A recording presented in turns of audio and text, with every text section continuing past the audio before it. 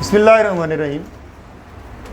जिससे पहले हम एनर्जी और काइनेटिक एनर्जी को डिस्कस कर रहे थे, अब हमने पोटेंशियल एनर्जी को डिस्कस करना है कि पोटेंशियल एनर्जी क्या होती है। काइनेटिक एनर्जी को जब हम पढ़े थे तो हमने कहा कि काइनेटिक एनर्जी जो है वो एनर्जी ऑफ अ बॉडी है ड्यू टू इट्स मोशन। किसी जिस्म की एनर्जी उसकी मोशन की वजह से या हरकत की वजह से एनर्जी। पोटेंशियल एनर्जी क्या होगी? पोटेंशियल एनर्जी जो है ये किसी जिस्म की पोजीशन की वजह से हरकत है। सारी डेफिनेशन सेम है, इधर पोजीशन है और यहाँ पर आपको मोशन मिलेगा ड्यू टू इट्स मोशन और ड्यू टू इट्स पोजीशन। लेकिन ये बात तो हमें इजीली समझ आती है कि मोशन का मतलब ये है कि जब कोई जिस्म हरकत कर रहा होगा तो उसके पास जो एनर्जी होगी वो काइनेटिक एनर्जी होगी। तो पोजीशन वाली बात को कैसे समझा जाए?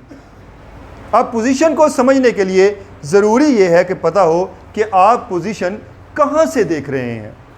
मिसाल के तौर पर आपके वालिद साहब जो हैं वो आप बचपन में जब दूसरी या तीसरी या चौथी क्लास में पढ़ते थे, आपके स्कूल चले गए या आपकी वालदा चली गई और रिज़ल्ट का पता करने गई। ठीक है, जब रिज़ल्ट का पता करने गई तो वहाँ पर उन्होंने पूछा जी मेरा बच्चा जो है वो किस पोजीशन पर आया है। हम मिसाल ले लेते हैं फैसल यासीन की। इसके वालिद पता करने गए, उन्होंने पूछा कि जी मेरा बेटा उसका रिज़ल्ट क्या आया है। तो इसकी जो टीचर हैं उन्होंने बड़ा खुश होकर बताया जी आपका बच्चा जो वो सेकंड आया। वालिद साहब भी वक्ती तौर पे खुश हो गए कि मेरा बेटा जो वो सेकंड आया। अचानक ज़हन में सवाल उठा, उन्होंने कहा जी इसकी क्लास में बच्चे कितने थे? उन्होंने कहा बच्चे ही 2 थे। बच्चे ही 2 थे, तो फिर इसने सेकंड आना ही था, चाहे ये फेल हो जाता या पास होता। इसका क्या मतलब हुआ इस सारी मिसाल का? इसका मतलब ये हुआ कि जब भी हम किसी पोजीशन की बात करते हैं तो हमें एक रेफरेंस पॉइंट, एक स्टार्टिंग पॉइंट हमें लेना पड़ता है कि आप इस पोजीशन को कहाँ से देख रहे हैं, कहाँ से आप इसकी पोजीशन देखना चाह रहे हैं। जैसे इसके वालिद ने कहा जी बच्चे कितने थे क्लास के अंदर, पता तो चले कितने बच्चों में से इसकी सेकंड पोजीशन आई है। 30 थे, 35 थे या 5 थे या 7 थे, 10 थे, कितने बच्चे थे? वो बाय चांस उन्हें पता चला जी बच्चे ही 2 थे। ठीक है ना? तो खैर यहाँ भी जो पोटेंशियल एनर्जी है ये इसी तरह है। अब अगर मैं एक बॉडी की बात करता हूँ, इसकी पोजीशन की बात करता हूँ, ये यहाँ पर है, तो इसकी पोजीशन मैं कहाँ से देखना चाहूँगा? यहाँ से, यहाँ से, यहाँ से, या ऊपर से, या दाएं से, या बाएं से? कहाँ से देखना चाहूँगा इसकी पोजीशन को? ऊपर से क्यों देखना चाहूँगा? नीचे से कहाँ से?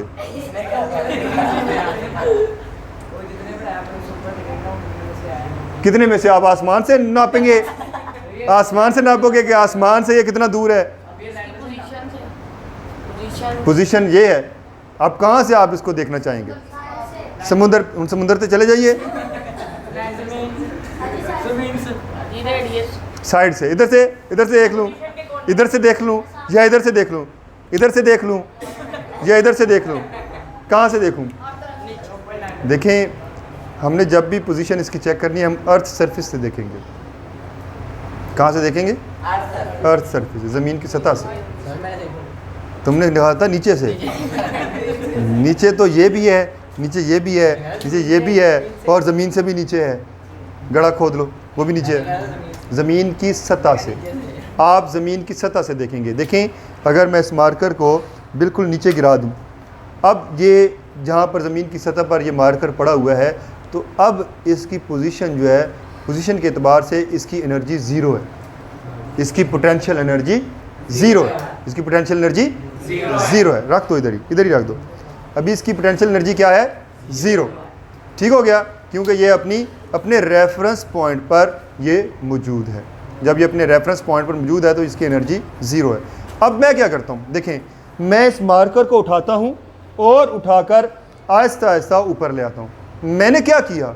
जब मैंने इस मार्कर को पकड़ा तो मैंने इस मार्कर पर फोर्स लगाई।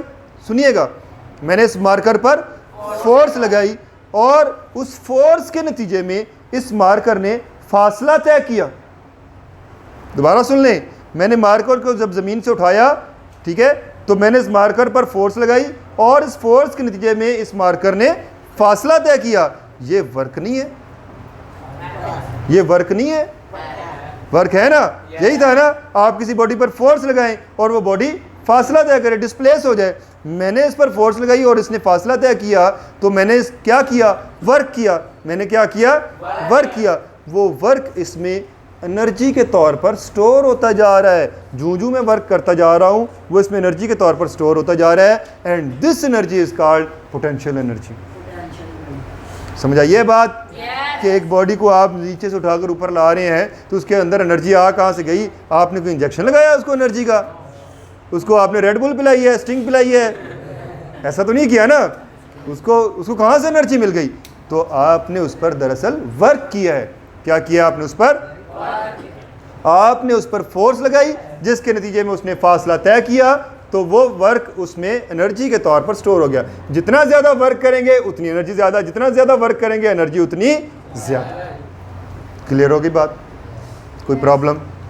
अब बात समझ आ गई कि क्या मतलब है the energy possessed by a body due to its position. अब सवाल एक और है, क्या सिर्फ ऑब्जेक्ट को नीचे से ऊपर लाने के लिए यही सिर्फ पोटेंशियल एनर्जी होती है, या इसके अलावा भी कोई टाइप्स होती हैं पोटेंशियल एनर्जी की? इसके अलावा भी पोटेंशियल एनर्जी की टाइप्स हैं। अब जब मैं मार्कर को नीचे से ऊपर ला रहा हूँ, तो मैं ग्रेविटेशनल फील्ड में काम कर रहा हूँ। ये जो ज़मीन के गिर्द ग्रेविटी थी जो अट्रैक्ट कर रही थी अर्शिया को अपनी तरफ, तो ग्रेविटेशनल फील्ड में जब मैं काम कर रहा हूँ, तो ये जो एनर्जी है ये ग्रेविटेशनल पोटेंशियल एनर्जी है। कौन सी है? Gravitational potential energy. अब आपके पास एक लास्टिक है। क्या है? लास्टिक, जिसे आप लास्टिक बोल रहे होते हैं, जो आप ट्राउज़र्स वगैरह में डालते हैं।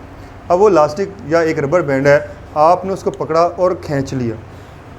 अब खींच के जब उसको लंबा कर लें, तो जैसे उसको छोड़ेंगे तो वो क्या करेगा? रबर बैंड वापस आएगा। बिल्कुल ऐसे जैसे इस मार्कर को मैं ऊपर लाया, ऊपर लाकर यहाँ तक ले आया। अब यहाँ से मैं इसे छोड़ूंगा तो क्या होगा? क्यों गिरा? क्या मैंने फोर्स लगाई? अब नीचे क्यों आया? नहीं, इस मार्कर के पास एनर्जी थी, उस एनर्जी की वजह से ये खुद ब खुद नीचे आया। ठीक है ना, इसके पास एनर्जी थी, वो एनर्जी मैंने ही इसे दी थी इस पर वर्क करके। तो जब रबर बैंड को मैं खींचूंगा तो मैंने रबर बैंड को भी क्या दे दी? एनर्जी। जब छोड़ूंगा तो उस एनर्जी की वजह से वो वापस आएगा। वो जो रबर बैंड को मैंने एनर्जी दी है वो भी पोटेंशियल एनर्जी है, बट वो अब इलास्टिक पोटेंशियल एनर्जी है। कौन सी पोटेंशियल एनर्जी है? इलास्टिक पोटेंशियल एनर्जी है। आगे हायर क्लासेस में आप जाकर पढ़ेंगे इलेक्ट्रिक पोटेंशियल एनर्जी होती है, जो इलेक्ट्रिक फील्ड में होती है, चार्ज की वजह से होती है। ठीक है ना। तो यहाँ तक खैर हमारी बात थी, हम उसको अब इलेक्ट्रिक की तरफ नहीं लेकर जाएंगे, उस टॉपिक की तरफ अभी फ़िलहाल डिस्कस हम उसको नहीं करेंगे।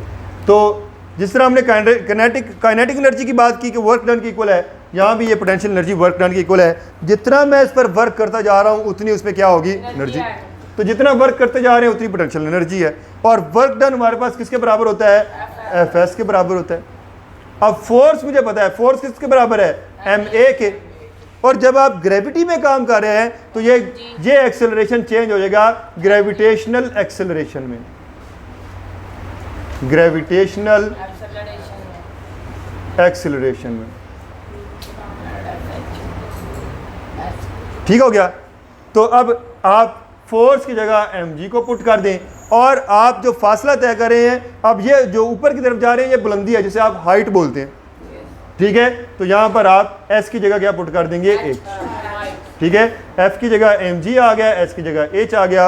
यही पोटेंशियल एनर्जी का एक्सप्रेशन है। Potential energy is equal to mgh। Clear होगी बात? कोई मसला? कोई सवाल? Not at all. चलें, शुक्रिया।